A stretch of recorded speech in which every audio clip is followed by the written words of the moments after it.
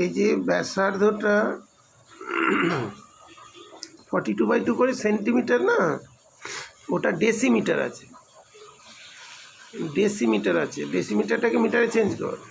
তো ব্যাস আসবে তোর 42 ডেসিমিটার, তার মানে ব্যাস আসবে তোর 4.2 মিটার। তো ব্যাসার্ধ আসবে 2.1 মিটার, এটা ব্যাসার্ধ আসবে।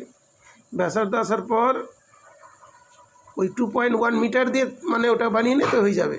এই যে 21 ডেসিমিটার করেছিস, তো এটাকে করে দে 2.1 মিটার। 2.1 মিটার 2.1 মিটার দিয়ে তারপর ওটা চলে আসবে অ্যান্সারটা, ঠিক আছে।